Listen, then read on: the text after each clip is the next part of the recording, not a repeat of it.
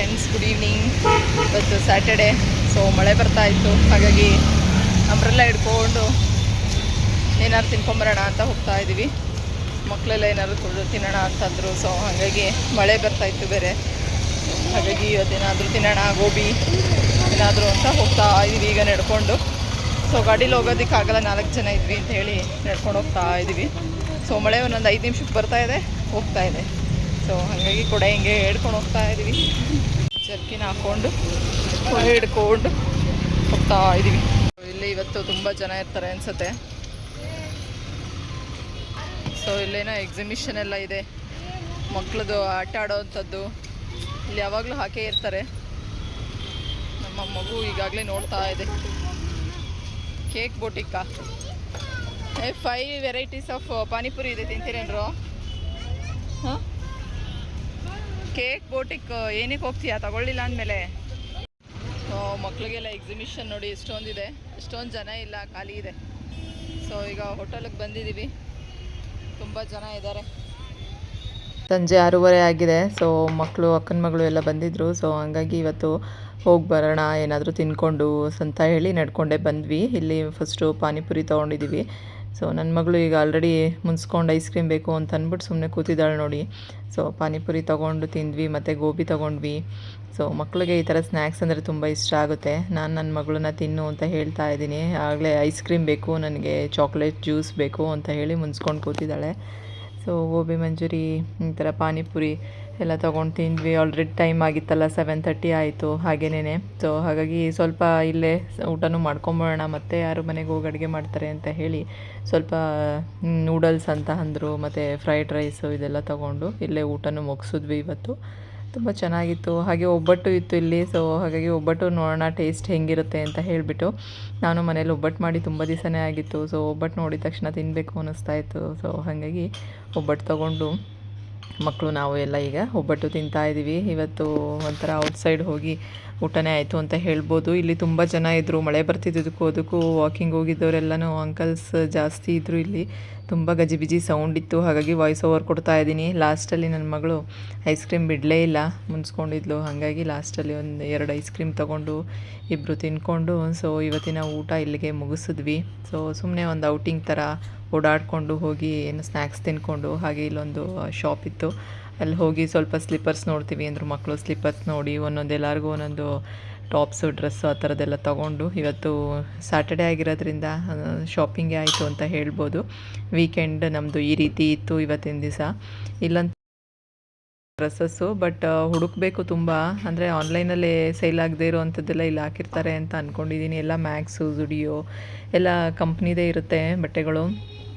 But ಹುಡುಕಬೇಕು ಚೆನ್ನಾಗಿರೋವಂಥ designs ಎಲ್ಲ ತೊಗೊಬೇಕಂದ್ರೆ. So ಇಲ್ಲೇ ಟೈಮ್ ಪಾಸ್ ಆಯಿತು. ಆಲ್ರೆಡಿ 10 o'clock ಆಗಿದೆ, ಟೈಮ್ ಹೋಗಿದ್ದೆ ಗೊತ್ತಾಗಲಿಲ್ಲ. ಸೊ ಒಳಗಡೆ ಅಂತೂ ಸಿಕ್ಕಾಪಟ್ಟೆ ಶೆಕೆ ಆಗೋಯಿತು ಇಲ್ಲಿ ಅಂಗಡಿ ಒಳಗೆ ಹೋಗಿದ್ದಕ್ಕೆ. ಸೊ ಈಗ ನಡ್ಕೊಂಬರ್ತಾ ಇದ್ದೀವಿ, ತಣ್ಣಗಿದೆ. ಇವತ್ತು ಸಂಡೇ, ಹಸ್ಬೆಂಡು ಹೈದ್ರಾಬಾದ್ಗೆ ಹೋಗಿದ್ದರು, ಅಲ್ಲಿಂದ ಸ್ವೀಟ್ ತಂದಿದ್ದಾರೆ ಮಕ್ಕಳಿಗೆ ಅಂತೇಳಿ.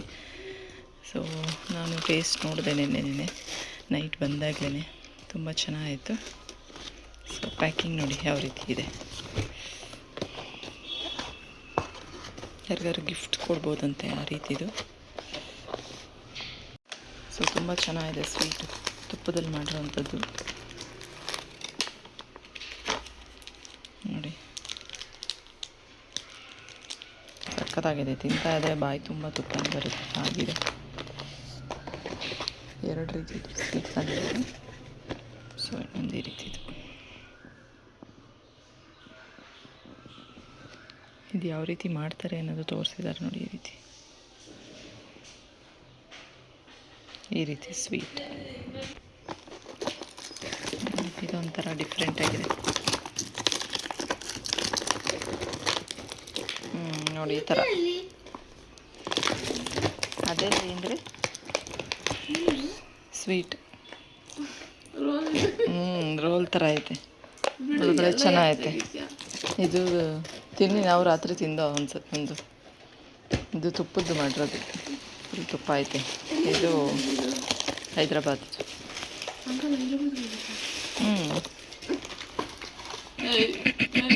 ನಮ್ಮ ಕೀರ್ತನ ಅವರು ಟೇಸ್ಟ್ ಮಾಡ್ತಾ ಇದ್ದಾರೆ. ಹೇಗಿದೆಯಾ?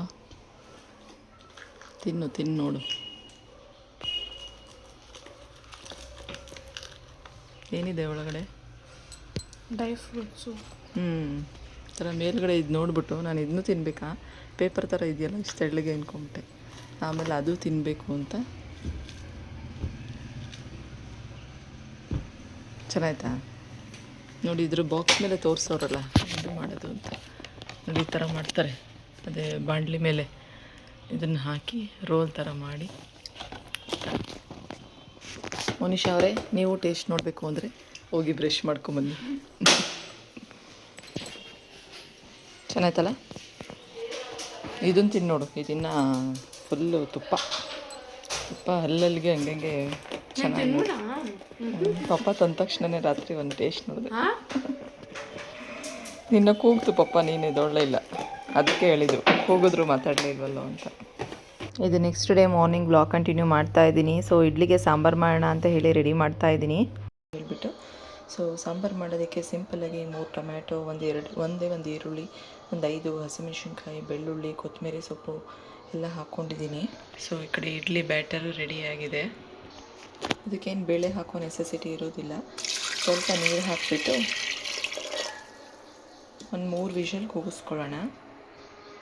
ಸೊ ಒಗ್ಗರಣೆಗೆ ಈಗ ಸ್ವಲ್ಪ ಮೆಂತ್ಯ, ಜೀರಿಗೆ, ಸಾಸಿವೆ, 1-2 ಬೆಳ್ಳುಳ್ಳಿ ಜಜ್ಜಿಕೊಂಡಿದ್ದೀನಿ, ಕರಿಬೇವಿನ ಸೊಪ್ಪು ಮತ್ತು 2 ಒಣಮೆಣಸಿನ್ಕಾಯಿ ಒಗ್ಗರಣೆಗೆ ಇದನ್ನೆಷ್ಟು ರೆಡಿ ಮಾಡ್ಕೊಂಡಿದ್ದೀನಿ. ಸೊ ಕುಕ್ಕರು ಕೂಗಿದೆ ಒಂದು 3 ಸಲ. ಇದು ಬಿಟ್ಟಾದಮೇಲೆ ಆಮೇಲೆ ಗ್ರೈಂಡ್ ಮಾಡ್ಕೊಳ್ಳೋಣ ಫುಲ್ಲು.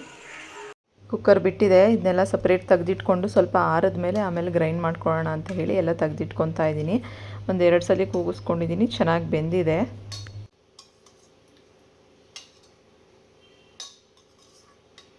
ನಮ್ಮನೇಲಿ ಒಬ್ಬರು ಚಟ್ನಿ ತಿನ್ನಲ್ಲ, ಒಬ್ಬರು ಸಾಂಬಾರು ತಿನ್ನಲ್ಲ, ಆ ರೀತಿ. ಸೊ ಇವತ್ತು ನೋಡೋಣ, ಮಧ್ಯಾಹ್ನ ರೈಸ್ಗೂ ಆಗುತ್ತೆ ಸಾಂಬಾರು ಅಂತ ಹೇಳಿಬಿಟ್ಟು ಸೊ ಇವತ್ತು ಸಾಂಬಾರು ಮಾಡಿದ್ದೀನಿ.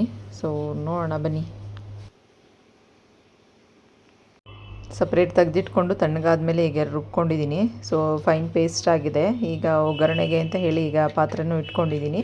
ಸ್ವಲ್ಪ ಸಾಸಿವೆ, ಎಣ್ಣೆ ಎಲ್ಲ ಹಾಕ್ಕೊಳ್ಳೋಣ ಪಾತ್ರೆ ಎಲ್ಲ ಕಾಯ್ದ ಮೇಲೆ. ಸೊ ನಾನು ಯೂಸ್ ಮಾಡ್ತಾ ಇರೋದು ಕಡಲೆಕಾಯಿ ಎಣ್ಣೆ ಆಗಿರೋದ್ರಿಂದ ಸೊ ತುಂಬ ಚೆನ್ನಾಗಿರುತ್ತೆ ಘಮ ಅಂತೂ. ನಮಗೆ ರೂಢಿಯಾಗಿದೆ, ಹಾಗಾಗಿ ನಮಗೇನು ಸಪ್ರೇಟು ಸ್ಮೆಲ್ ಗೊತ್ತಾಗೋದಿಲ್ಲ. ಸೊ ಹೊಸ್ದಾಗಿ ಯೂಸ್ ಮಾಡೋರಿಗೆ ಅದ್ರ ಸ್ಮೆಲ್ ಕಂಡುಹಿಡಿತಾರೆ. ಸೊ ಈಗ ಸಾಸಿವೆ ಮತ್ತು ಜೀರಿಗೆ, ಒಂಚೂರು ಮೆಂತ್ಯ ಎಲ್ಲ ಹಾಕ್ಕೊಂಡಿದ್ದೀನಿ, ಮತ್ತು ಕರಿಬೇವಿನ ಸೊಪ್ಪು, ಬೆಳ್ಳುಳ್ಳಿ ಮತ್ತು ಒಣಮೆಣಸಿನ್ಕಾಯಿ ಎಲ್ಲನೂ ಹಾಕ್ಕೊಂಡು ಸೊ ಸ್ವಲ್ಪ ಬಾಡಿಸ್ಕೊತೀನಿ. ಆಮೇಲೆ ನಾವು ಕೂಗಿಸ್ಕೊಂಡಿರೋದಕ್ಕೆ ಸ್ವಲ್ಪ ನೀರೆಲ್ಲ ಹಾಗೆ ಸಪ್ರೇಟ್ ಇರುತ್ತಲ್ವ, ಟೊಮೆಟೊ ಅದೆಲ್ಲ ಎತ್ಕೊಂಡು ಗ್ರೈಂಡ್ ಮಾಡ್ಕೊಂಡಿದ್ದೀವಿ, ಸ್ವಲ್ಪ ನೀರಿತ್ತಲ್ವ ಅದನ್ನು ಹಾಕ್ಕೊಂಡಿದ್ದೀನಿ ಈಗ. ಸೊ ಅದನ್ನು ಹಾಕ್ಕೊಂಡು ಅದಕ್ಕೇ ಸ್ವಲ್ಪ ಅರಿಶಿನ ಮತ್ತು ಸ್ವಲ್ಪ ಸಾಂಬಾರು ಪೌಡ್ರು ಹಾಕ್ಕೊಂಡು ಅದನ್ನು ಸ್ವಲ್ಪ ಹಸಿ ವಾಸನೆ ಹೋಗೋವರೆಗೂ ಕುದಿಸ್ಕೊಳ್ಳೋಣ. ಸೊ ನೋಡಿ, ಈಗ ಅರಿಶಿನ ಹಾಕ್ಕೊತಾ ಇದ್ದೀನಿ ಮತ್ತು ಸಾಂಬಾರು ಪೌಡರ್ 1 ಸ್ಪೂನ್ ಹಾಕ್ಕೊತೀನಿ.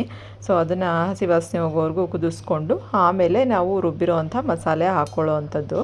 ಸೊ ಈಗ ಸಾಂಬಾರು ಪೌಡ್ರು ಹಾಕ್ಕೊತಾ ಇದ್ದೀನಿ. ಇದೊಂಥರ ಡಿಫ್ರೆಂಟಾಗಿತ್ತು, ಟೇಸ್ಟು ಚೆನ್ನಾಗಿತ್ತು ಅಂತಲೇ ಹೇಳ್ಬೋದು ಇಡ್ಲಿ ಜೊತೆಗೆ.